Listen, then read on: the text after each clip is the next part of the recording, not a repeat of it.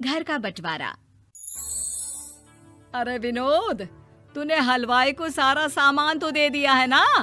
अक्षय की शादी में कोई कमी नहीं रहनी चाहिए। आखिर सबसे छोटा भाई है तुम सबका। हाँ माँ, आप चिंता मत करो, मैं पूरा ध्यान रखूंगा। मंगल बेटा, तूने तो कहा था कि फूल का ऑर्डर दे दिया है, यहाँ तो फूल पहुँचे ही नहीं। अब क्या बहू की विदाई के बाद फूल आएंगे? माँ, मैंने अभी बात की है फूल वाले से, वो रास्ते में ही है। आप किशोर भैया से क्यों नहीं कहती कुछ करने को? किशोर पहले ही मेरे बताए काम कर रहा है। पास के सभी रिश्तेदारों और मोहल्ले वालों को कार्ड वही तो देकर आया था। रिसेप्शन के लिए हॉल भी उसी ने बुक किया था। टेंट कुर्सी वालों को भी तो वही देख रहा है।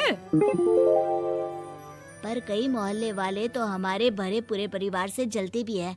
उन्हें बुलाने की क्या जरूरत थी? बेटा, शादी ब्याह में तो बुलाना ही पड़ता है, नहीं तो लोग क्या कहेंगे।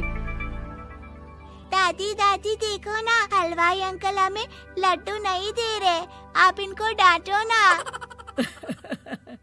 अरे चैन सुख दे देना बच्चों को लड्डू, क्यों तंग कर रहा है इन्हें? बीबी जी, मैं कहाँ मना कर रहा हूँ, लेकिन लड्डू बनते ही ये बच्चे उठा उठा कर खा लेते हैं। अरे मैं तो इन्हें थाल में रख के परोस भी नहीं पा रहा। भागो, अब कोल्ड ड्रिंक पीने चलते हैं। भागो भागो, अब कोल्ड ड्रिंक पीने चलते हैं। जैसे कि आप देख रहे हैं, आज इस घर के सबसे छोटे बेटे अक्षय की शादी है। घर में बहुत चहल पहल है। कुलभूषण की बीवी कमला को फुर्सत ही नहीं है कामों से, लेकिन कुलभूषण और घर के बाकी लोग कहाँ हैं? आइए देखते हैं। अजी, आप यहाँ आराम से बैठकर गाने सुन रहे हो और घर में अभी तक इतने काम बचे हैं करने को। अरे भाई, मेरे सबसे छोटे बेटे की शादी है, इसके बाद तो मैं अब चिंता मुक्त हो ही जाऊंगा। और फिर घर में तुम हो, बेटे बहुएं हैं, तुम लोगों के होते हुए मैं क्यों काम करूं? मैं तो शान से बेटे की शादी में जाऊंगा तैयार होकर। अरे ठीक है, अब आप आराम ही कीजिए। एक बार अभिषेक की बीवी आ जाए, फिर मैं भी आराम करूंगी और मेरी चारों बहुएं पूरे घर की जिम्मेदारियां संभाल लेगी। इतना कहकर कमला वापस अपने काम में लग जाती है। बेटा भी, तू अब तक तैयार नहीं हुआ? किससे बात कर रहा है फोन पर? तैयार कैसे हूँ?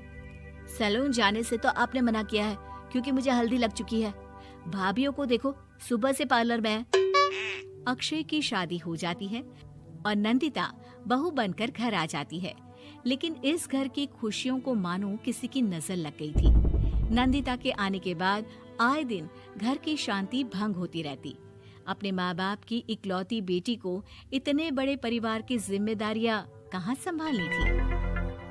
अभी देखो ना, मेरे हाथों की मेहंदी भी अभी नहीं उतरी है और तुम्हारी मम्मी ने मुझे घर के कामों में लगा दिया। मैंने सोचा था कि घर की सबसे छोटी बहू होने के कारण मुझे सब पलकों पर बिठा के रखेंगे, पर यहाँ तो पलक झपकने की भी फुर्सत नहीं मिलती। देखो नंदू, शादी के पहले ही मेरे घर वालों ने तुम्हें और तुम्हारे पेरेंट्स को बता दिया था कि मैं जॉइंट फैमिली में रहता हूँ, तो फिर अब ये शिकायत क्यों? और फिर तुमसे पहले मेरी भाभी भी तो आई थी शादी करके, उन्होंने तो कभी कुछ नहीं कहा। नंदिता तब तो चुप हो जाती है, लेकिन ऐसा बहुत दिनों तक नहीं चलता।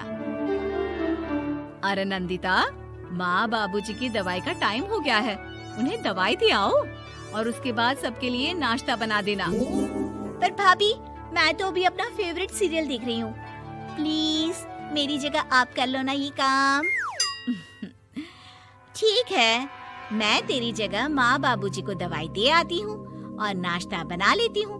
तू मेरी जगह पूरे घर की डस्टिंग करके 5 बच्चों को स्कूल के लिए तैयार करके भेज देना और दोपहर का खाना बनाने के बाद कपड़े धोकर सुखा देना। उसके बाद हम दोनों मिलकर बाजार जाकर सब्जी ले आएंगे, फिर डिनर की तैयारी कर लेंगे और उसके बाद बस भाभी, मैं माँ बाबूजी को दवाई देकर सबके लिए नाश्ता बना देती हूँ। ये भगवान, ये कहाँ लाकर फंसा दिया मुझे। मेरे घर में तो गिनती की 8 रोटियां और 2 सब्जी बनती थी और नाश्ता निपट जाता था।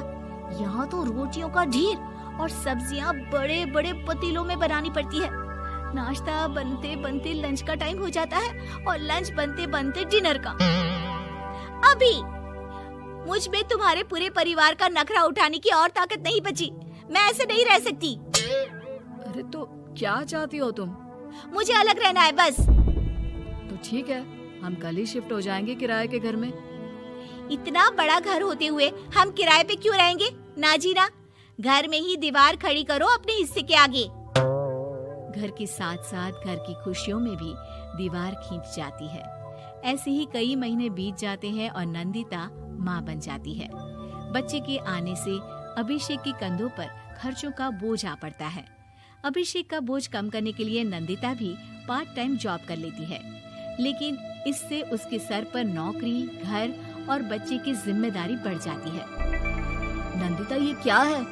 तुमने घर भी ठीक से साफ नहीं किया, ना ही मेरे कपड़े धुले हैं। चिंटू के बाल भी कटवाने जाना था, देखो उसके बाल कितने बढ़ गए हैं। अरे करती क्या हो पूरा दिन तुम? मैं करती क्या हूँ? तुम्हारा नाश्ता और लंच बनाने के बाद चिंटू को डे केयर सेंटर पर छोड़ कर आती हूँ, फिर खुद ऑफिस जाती हूँ। पूरा दिन काम करके आने के बाद बिना आराम किए बाजार से सब्जियाँ लेकर आती हूँ, घर आकर खाना बनाती हूँ, चिंटू को देखती हूँ और क्या करूँ मैं? तो किसने कहा था अपने सर पर इतने काम लेने को? मत जाओ ऑफिस। ऑफिस जाए बिना घर के खर्चे कहाँ से पूरे होंगे? चिंटू की डे केयर का खर्च, उसके लिए बेबी फूड का खर्च, प्रेस वाले का खर्च, ये सब तुम्हारी सैलरी से होता नहीं है। अगर परिवार से अलग नहीं होती तो इतनी मुसीबतें नहीं उठानी पड़ती तुम्हें परिवार के साथ मिलकर काम करने में दिक्कत थी, लेकिन काम तो अब भी बहुत है तुम्हारे सर पर। चिंटू को भी डे केयर भेजने की जरूरत नहीं पड़ती। उसको गोद में खिलाने के लिए दादा दादी और घर के सभी बड़े होते। उसके साथ खेलने के लिए उसके भाई बहन भी होते। मेरे तीनों बड़े भाइयों के बच्चे भी बड़े हुए हैं, लेकिन बिना महंगा बेबी फूड खाए, क्योंकि मेरी माँ और भाभियाँ बहुत अच्छे से जानती है कि बच्चे को क्या खिलाना चाहिए। बिजली के बिल जैसे खर्चे भी सब मिलकर बांट लेते थे, लेकिन तुम्हें तो सबसे अलग रहने में ही मजा आता है, तो अब शिकायत क्यों करती हो? बस करो अभिषेक, बस करो। मैं मानती हूँ कि मैं गलत थी। मेरे एक गलत फैसले ने हमें बिल्कुल अकेला कर दिया है सबसे। एक घर में होते हुए भी हम बाकी परिवार से अजनबियों की तरह रह रहे हैं। अभिषेक और नंदिता की सारी बातें घर के बाकी लोगों को सुनाई दे रही थी। तभी कमला बोल पड़ती है। अरे नंदिता बहू, किसने कहा कि तुम अकेले हो? तुम्हारा इतना भरा पूरा परिवार है ना तुम्हारे साथ। हम तो बस ये चाहते थे कि तुम अपनी गलती समझ जाओ।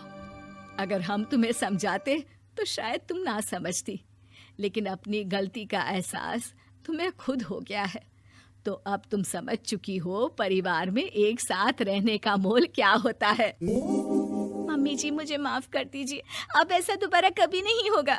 अरे माफी बाद में, पहले मेरा पोता जरा मेरी गोद में तो दे।